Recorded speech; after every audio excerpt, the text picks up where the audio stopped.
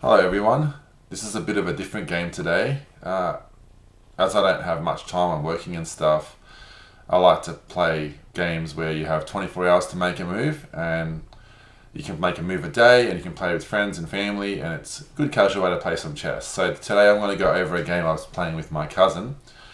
You might notice it's a bit of a different game. I'm actually missing a rook. So we're playing on chess.com and we're using the handicap way to play. So when we played this game, it automatically, because of my rating difference, took a rook away. So didn't know what it would do, but let's see what happens when I try to play a rook down, and I'll try and go through how I can explain my thought process when basically I'm starting with a losing position, how I try and create chances, and we can see what happens and see if I got lucky or not. So in this game I started with normal opening. So because the rook's missing, I just thought I'd start one normal way, and I was probably playing the castle queen side. So obviously because I have a rook, but I thought I'll start normal and just see what happens. Started developing some queen side pieces with the end of the castle queen side, and then this side developed both my knights. I'm just trying to get my pieces out and be active, because I know that my only chance to win is to try and attack as quick as I can. So my opponent played the queen out. It's a good attacking move with the bishop and the queen lining up on f2. However, it's a bit early to bring the queen out, so later on I'm planning to make a knight jump and threaten the queen. So this later will give me an extra free move to centralize my knight and then chase the queen away. Now I don't necessarily want to do it straight away, because once the queen moves back, say to here, because my knight will be threatening to fork, my knight gets a free move to push the queen back, but then a move or two later my opponent can play c6, then my knight has to retreat, so I lose that free move that I just gained. So there's no point yet. I want to try and keep this move available for future if it's more favourable. So I continue developing my pieces. I would like to play this pawn up and get my bishop out, queen out, potentially bishop out maybe to here or here, and castle queen side. That was my plan. Opponent plays the pawn up, I can play the pawn up. So far pretty symmetrical. My opponent was obviously worried about bishop here, which is what I was going to play next, to be honest, so stopped my idea. Let's take a stop. So far I feel like I've got a development advantage. I've got 3 pieces out as opposed to, I'd say 2. Queen, I'm not sure if that counts quite in this position, but let's just say 3 versus 2, and it's my move. But I'm down a rook, so I really have to try and get all my pieces out and try and attack. So I thought now that this would be a good time to bring the knight forward, as I didn't really want to play my bishop to d2. It seems like it's not a very aggressive move, and because I'm down a rook, I just want to play aggressive as possible. Even if it's not the best move, I just want to be aggressive and try and finish the game early and not go into an end game where I would just lose. So I played knight up now, attacking the queen.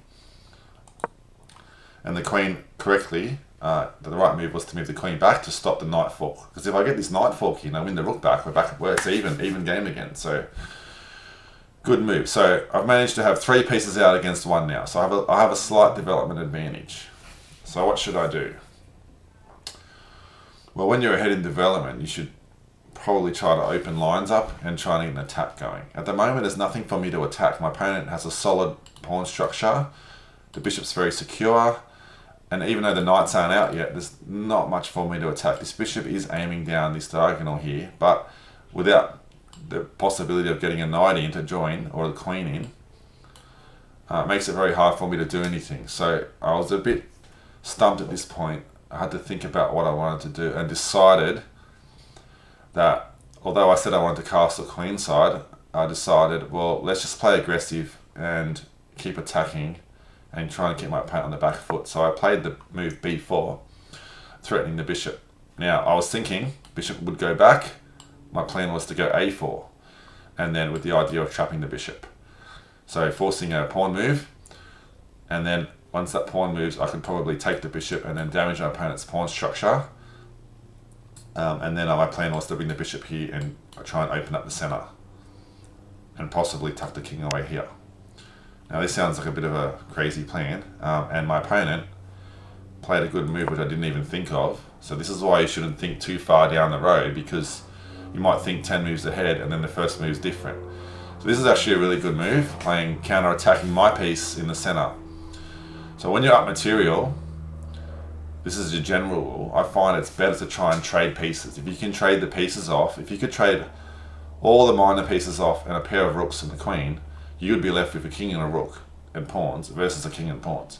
This rook could run rampant. If it's the only surviving piece on the board, it could run around and just take all my pawns. So in the long run, it's better for every time black exchanges pieces, he gets one step closer to actually winning. And so that was a very good move. Now, I actually can't really retreat my knight because this pawn is loose. So I have to exchange bishop for knight.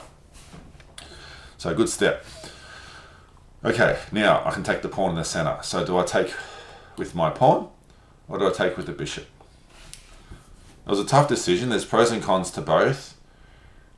The downside of taking with the pawn is that it blocks the bishop in. So again, I want to play for maximum activity, even if it's not necessarily the best move, because I'm playing from behind. So I took with the bishop, so this bishop is in an active position, attacking two sides at once, and it keeps the game a bit more open rather than blocked up.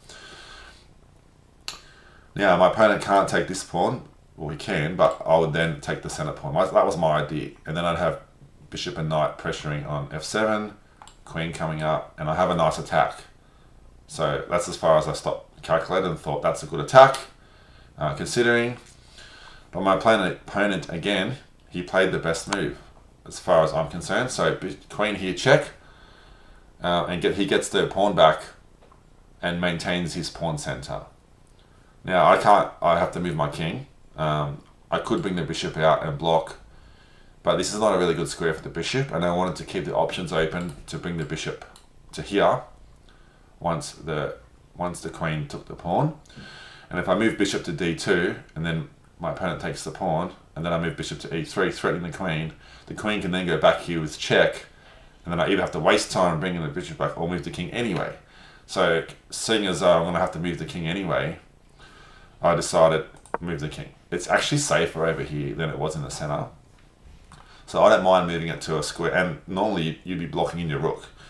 But not my problem this game because I don't have a rook here. So my opponent takes the pawn.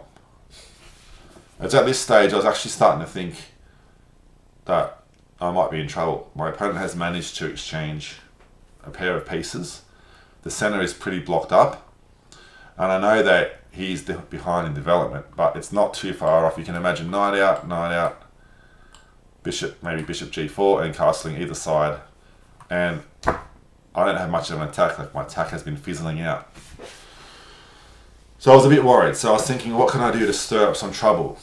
My initial idea was to do, let's just get rid of these arrows. My initial idea in this whole sequence, as I said, bishop to e3, to gain a tempo, develop my piece. Queen might move back, say to c7. And I could say, look, I've got 1, 2, 3 pieces developed, and it's my move. But what do? That all the entry squares are covered. It's going to be hard to get I could get the rook into the game on this one open file here, but it's already going to be protected by queen and bishop.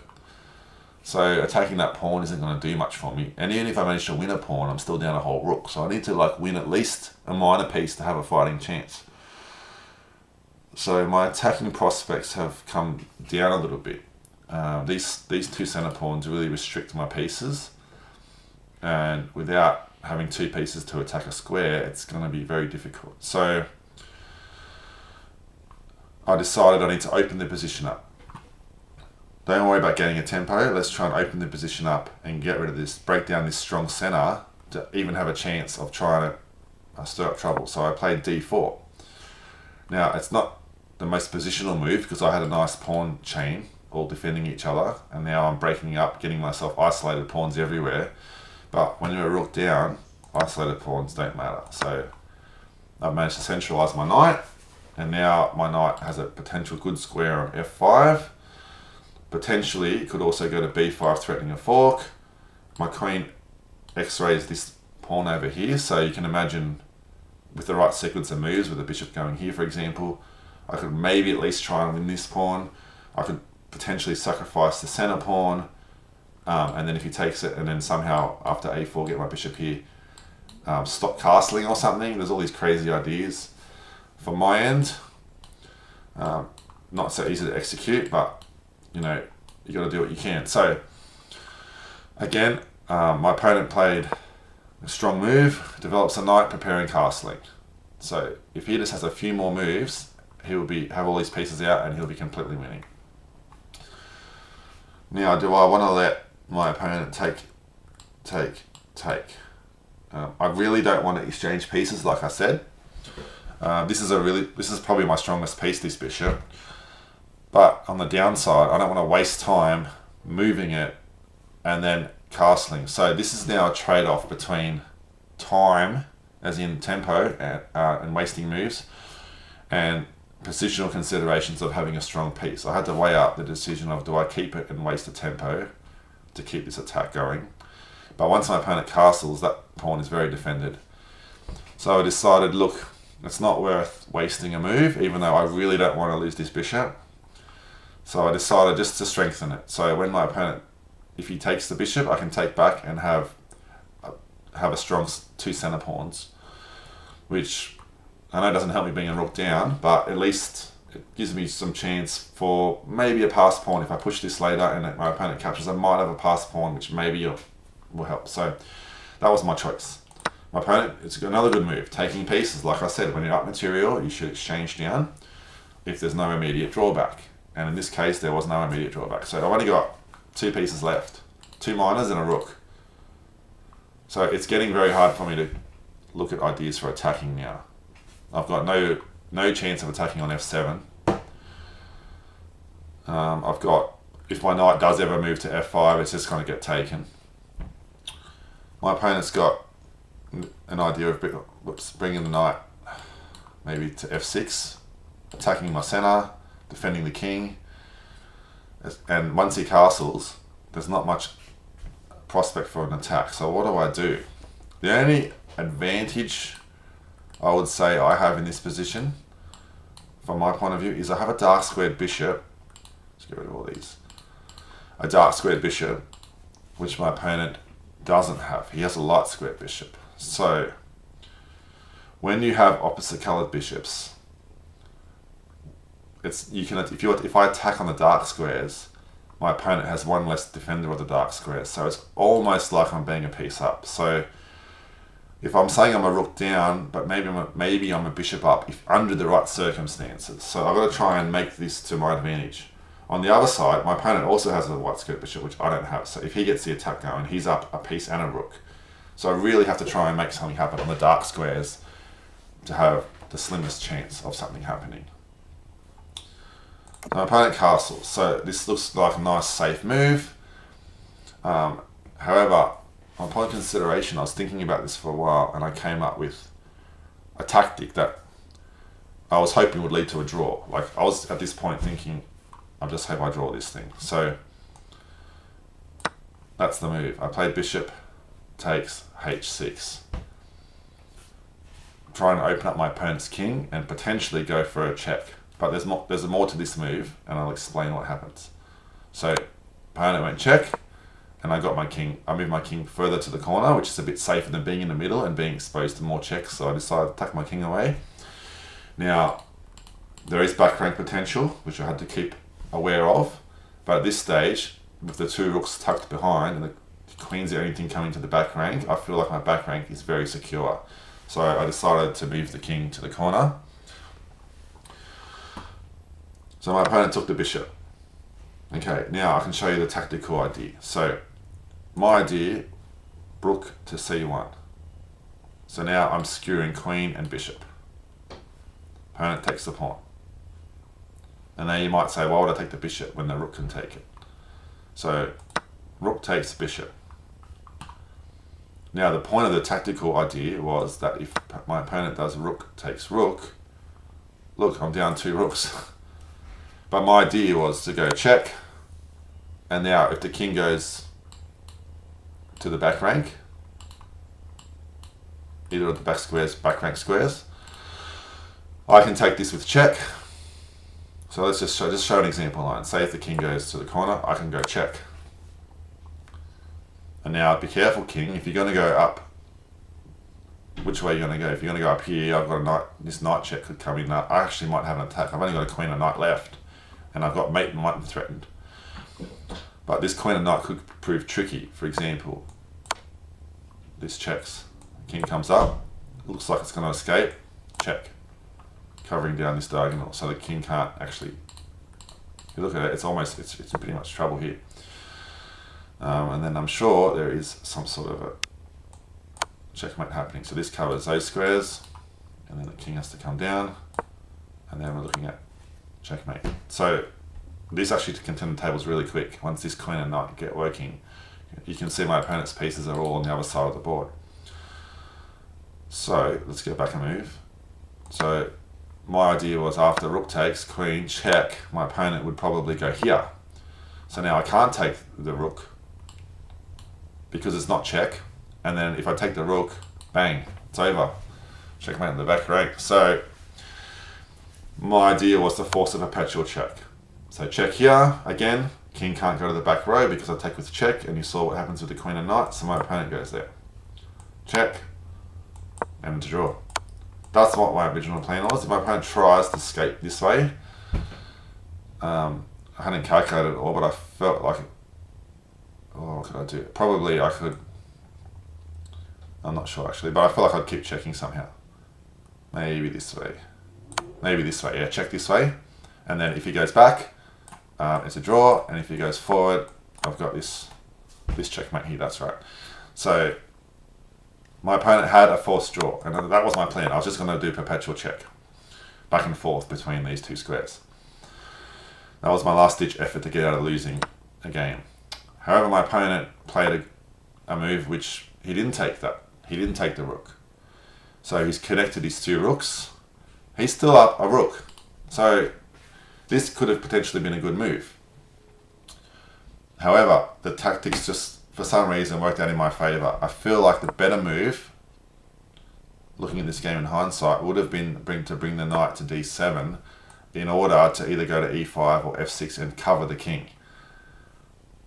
I know that it looks like I've got this check here and winning the knight, but again, I can't take my queen off the back rank because I get checkmated myself. So I feel like knight d7, after knight d7, say I go check, king goes in the corner, not here, I have no more checks.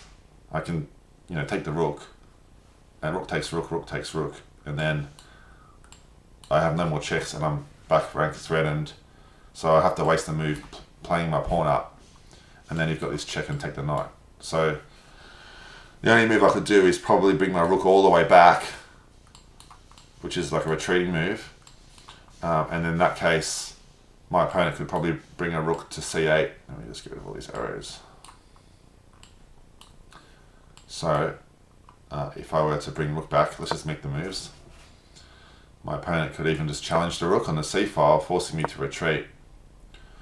And then, say knight f6 or something. Knight e5, knight f6. And this knight covers a lot of the light squares over here. And if I try and move my king to attack, say, these two pieces, king there. I might have a check or something, but actually that's not a good move because I got check. But probably knight e5 might have been better to looking at it now. And I would have probably gone here trying to target this pawn and trying to create a perpetual check. But I felt like it, for example, if I go here, check, and now this is what I plan to bring this up here and go for this checkmate. But my opponent can always play queen to b2, covering the checkmate. And don't forget, still a rook up, pass pawns. So as long as the checkmate can be stopped, if I, like in this position, looks like I'm one move away, but once the queen gets to this diagonal, there's no more attack. And this square here is covered by the knight, so I've got no check and forks or anything. So this would be the ideal setup for my opponent, would be to cover the queen on this diagonal, covering this. I can't bring the rook up and across to attack because there's checkmate. If I move a pawn up or something, the queen can always come back even a h8 and chase my queen away, even f6, check and really defend the king really well. So this would have been the setup my opponent should have gone for. However, he played the knight to this side. Unlucky. I see the idea. Bring the knight forward, threatening my center, defending all his pawns. It looks really good. However, the knight is just a little bit too far offside and can't come to the defense of the king. So now, luckily for me, the tactics work out really well. So I play knight to f5, ignoring my rook. So I sacrifice the rook back here, and so I'm letting my opponent take the rook. If he takes the rook with either rook, let's say I'll just do it on the board, check. You can't move left. You can't move to any of those squares because you get checkmated here. And if the king comes over, I feel like this would be a winning attack here. Check over, at least a draw. Check up, check, and they're running out of moves. Go in the corner and then checkmate. So there's a checkmate coming. So if we go back, that's my threat with knight f5. So I don't take the rook. So what can my opponent do? So my opponent probably, I was thinking my opponent would play queen to b2. Again, defending the square, so that when I went, if queen b2 and I went check, the king could slide over either of these squares. And now I can't actually checkmate. It's really annoying. If I try to go somewhere to attack this pawn, again, just ignore my rook, queen back. It's funny how this rook just sits here attacked by two rooks, but it can't be taken. But yeah, it's just one of those timing things. The pressure on here is so great, it just sits there. So, but this queen here, once the queen gets to f6, covers everything. There's nothing I can do. Covers even this square, the knight, it defends the d6. So this queen f6 is insane. So that would have been after queen to here, queen to b2. My plan was probably to retreat the rook with tempo, and then say if queen goes over to here. Sorry, my mistake. My plan was to take that first. Take that with check, because not to win the pawn. I know it wins a pawn. I'm opening up my opponent's king. I really want to get a draw. So once the king moves, bring the rook back then, which then brings the queen back, and then I go here. So now I've got, with that pawn missing, I've got threats of, just example moves, I've got threats of check. And then the king goes in the corner, and then check. And then what happens? The king has to move again, and then I just keep checking. If the queen tries to block, unluckily, I've got this square for him, my opponent. Lucky for me. And I win the queen. So that would be another way to get a draw. So that was my thinking at this point was, how can I get a draw? How can I swindle him into a draw? However, my opponent played king to h7. So he didn't take the rook. That's very good of him. He saw my tactics, didn't take the rook, and saw that he had to defend against the check on g4. However, this move wasn't as good as the queen move, because you really need to bring the queen. You need to get the queen back over to the king side to defend. That's your top priority. So this allows me to play another move, again leaving my rook under attack. It's insane how long this rook is under attack for. And I could always swap rooks, but it's not in my interest to. So it's like such a weird position. So I played queen over. Now I'm threatening check and checkmate. Again, renewing the threat of checkmate. And my opponent's very unlucky. This also covers the b2 square. So now my opponent cannot bring his queen back. So it does two things, this queen c1. It's not about protecting the rook. It's about stopping the queen coming back at the same time for attacking here. It's a fork. It's a fork of this b2 square and a h6 square. So I'm making two threats. One threat is an aggressive threat, and one threat is a defensive threat. So my opponent runs the king back. And again, I got really lucky because queen takes h6 threatens mate. And this is why it's such a crazy lucky position, because the queen also covers the c1 square. So this bank rank mate would have won if it wasn't for this stupid rook that's been sitting here the whole game under attack, can finally retreat, covered by the queen, and it simultaneously gains a tempo by stopping the back rank mate and threatening the queen. So all the angles are working out for me, all over the board. So queen e5, that's a good move, good retreating move. Like I said, this queen needs to be on this side of the board. But now again, this rook would like to come into the game, and another crazy move, rook to c3, again giving up my rook. So what happens if my opponent takes the rook? Free rook. Well, I've got this checkmate here, would you believe? So I've got the knight threatening on e7 checkmate, and I'm threatening that if the queen moves off. So this rook moving here cannot be taken, and the funny thing is, well, I'm threatening rook check, and the exact c3 square of this rook means that the queen can't deliver another check and force a draw, because the rook blocks the queen's path to a1. So this rook is doing the duty of attacking over here and also blocking the back rank checkmate, or perpetual check if I were to repeat position.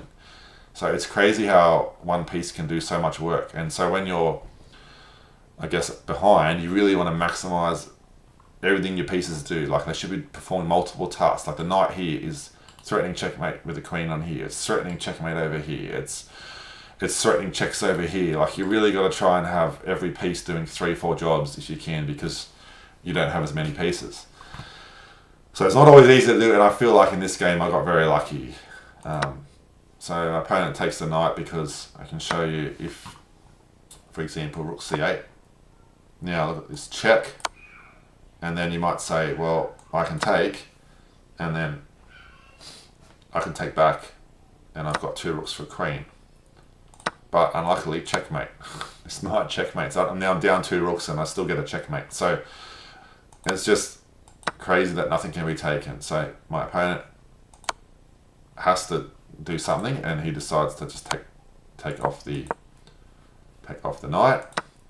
But at this stage, I just take the queen, and now it's not too hard to see that rook over here is checkmate, and there's not much that he can do. So he moves the pawn up, but then I just swing the queen over, check, forcing the king over, and getting a checkmate at the end. So I hope you enjoyed this game. It was a really crazy game. I really enjoyed having the handicap. It really made me work really hard, and I feel like the deserved result probably should have been a draw with the perpetual check I mentioned earlier.